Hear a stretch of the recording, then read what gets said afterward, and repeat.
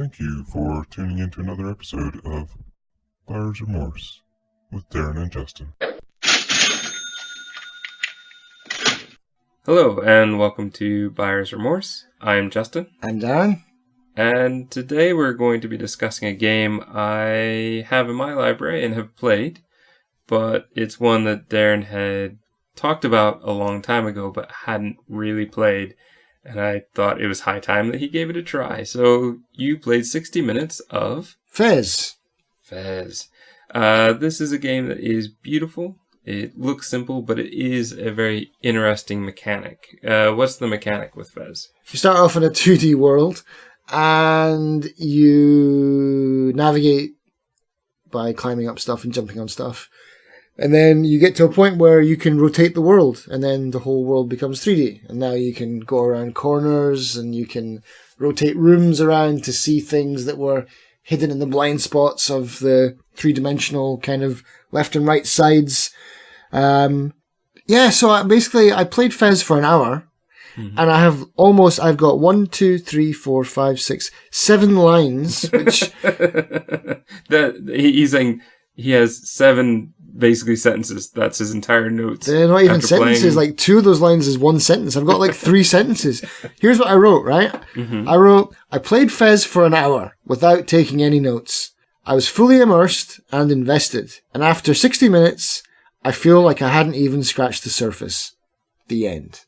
That's all your notes? That's all that I wrote, yeah. Because... Okay. Why did you... I don't even know why you bothered to write it down. But okay, probably so that I didn't forget. Because I'd remember everything else. But, yeah, I don't know. Fez is cute. It's not what I had imagined. Like, well, let's talk about that. Yeah. So, we know about this because of... the indie game movie. Yes. So it's a documentary of, was it 3 games that were being created and almost... It was Fez, Super Meat Boy, and Braid? I think so. Yeah.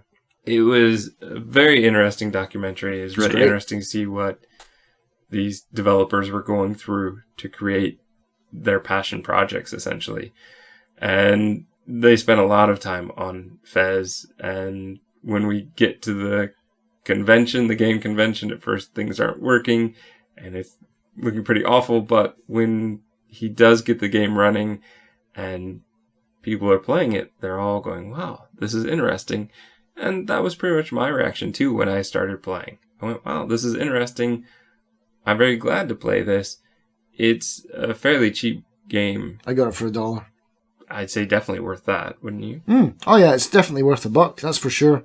I mean, the poor guy that made it, he burned out. He had a nervous breakdown or something like that, didn't he? He went just off the rails. I will say it is a game very much for people who like to explore. Yeah, it's a game that I thought I would like, but I didn't like as much as I thought I would. Because, I don't know, I just felt like, yeah, the mechanic was interesting enough, but I've seen it before. Have you? Yeah, I've seen similar things like that before. Something about the way this one is done feels unique, though. It does. And I like the interactions that you have with the characters. I like talking to all the people and stuff. But, I don't know, it was just... I guess maybe it was just something that I wasn't in the mood for. Because it seems like on this... This is actually probably a pretty decent way to put it. On the surface of it, it seems like a very easy, casual game. But once you actually get into the game, it's not. And it's for the exact same reason that I don't like Braid. Braid it seems like an easy, kind of very cutesy, casual puzzle game. But once you actually start to get into it, it becomes monstrously difficult. And I could see Fez go already heading that way towards the end of my hour. Did you think so? Because I don't... What, Braid or Fez? Fez. I'm going with Fez. Braid is... well... Braid. Not exactly sure where this will fall in the in the uploading schedule. But we did play The Witness. I wasn't a big fan of The Witness. I'm not a big fan of Braid. I respect them, but I don't really like them.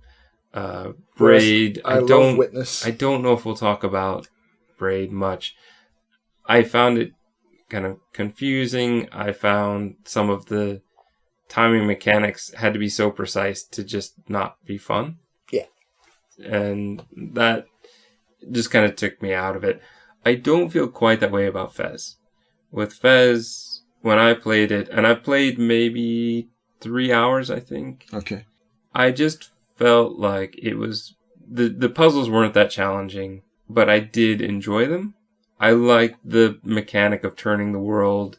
Like, the world is always a square, and you can turn it and see a different side. And some of those were fun. What I felt like I didn't like as much, and the thing that I thought you would like, is how much exploration there is in this game. And trying to find new worlds and trying to find hidden things. And this seems very much like your type of game. And so I thought, I did about 3 hours and felt I'd kind of had enough. Don't know if I really want to do more. I had originally thought that this game could be good for a filling in the gaps episode, but it just doesn't feel like there's enough there. Yeah. So that's why I was like, but I do still want to talk about it. So that's why I definitely recommended it to you. Yeah. And said, yeah, play it for Buyer's Remorse. Let's see what you think. And so I thought, oh, well, this exploration would be something that would interest you.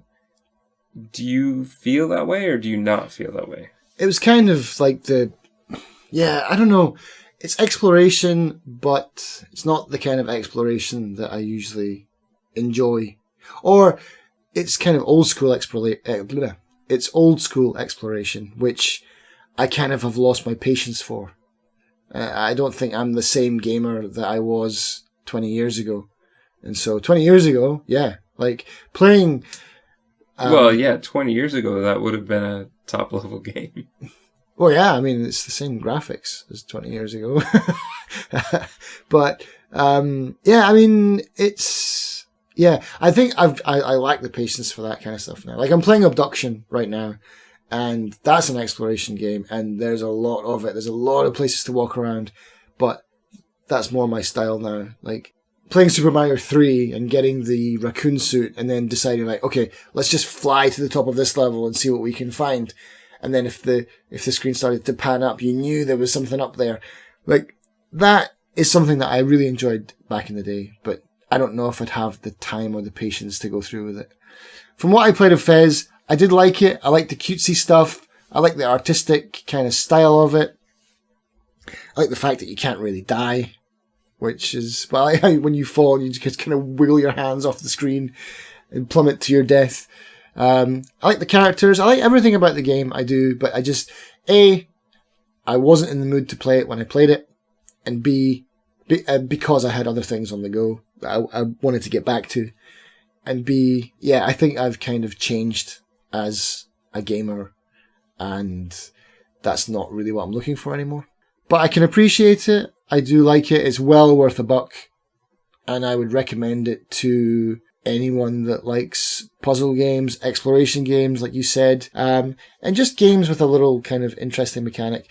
What this game really reminded me of, and I know this is very kind of tenuous link, is it reminded me of Monument Valley, which is it's a mobile game where everything is kind of like, the art is very Escher, and so you can walk up this, like if you get the angle right, you can walk up the sides of things. As long as you're on a flat surface that kind of links in with where you've just come from, you can basically walk around things if it's on a flat plane, even if it's in crazy directions. And so the whole spinning the world mechanic and seeing things from different points of views and like understanding the optical illusions of the world really reminded me of Monument Valley. But Monument Valley is a lot more self-contained, and Fez it was too big. Like, you're climbing that massive world basically, and like you can see the cube and you're like, how do I get that? And sure, you can get there eventually, but it's a game that I would recommend to anyone that likes puzzle platformers,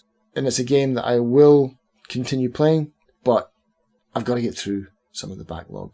And it's a shame that I picked it up right now, because if I picked it up at a time when I was bored, I think I'd have a lot more fun with it. I think it's also a game for people who like cutesy things. It's very much a simple aesthetic that works very well, but just very cute, blocky characters. And everything they say is kind of cute as well. Yeah. So I think that does add to its appeal. He gets even when you get the fez, that's so cute. and when you get a cube and you kind of jump in the air and freeze frame. Yeah, and it all like lights up, yeah. There's just something really cute and endearing about this game. And it works very well. It's a cheap game. It's a bit old now. If you want to know a bit more backstory about it, I would definitely recommend Indie Game the Movie. Indie Game the Movie, what was that? Would probably about 2011 now, I think. Yeah. So that's also a bit old, but worth watching. If you want to know what independent developers go through, it's a... Oh man, the sheer trauma of that, man. Like the Super Meat Boy guy, I felt for him, you know, when the game releases, you know, they're just constantly watching those charts, like, is it trending? Is it trending? And it's so funny watching it as we did after Super Meat Boy was basically a household name among gamers. Yeah. Even people who don't play it, they know about it. It is just such a well-known game.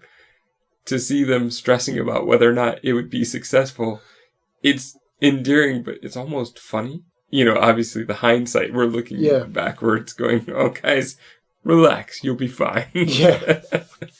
But it is a great example of that, I think. So no real point in asking if you want to recommend it to me because I've already played it. Mm-hmm. Would you've said who you'd recommend it to, what tags would you give it? Puzzle, platformer, and exploration, yeah. Those would be 3 good tags for it. That's probably the 3 I'd give as well. Confirmation or remorse? Confirmation, for sure.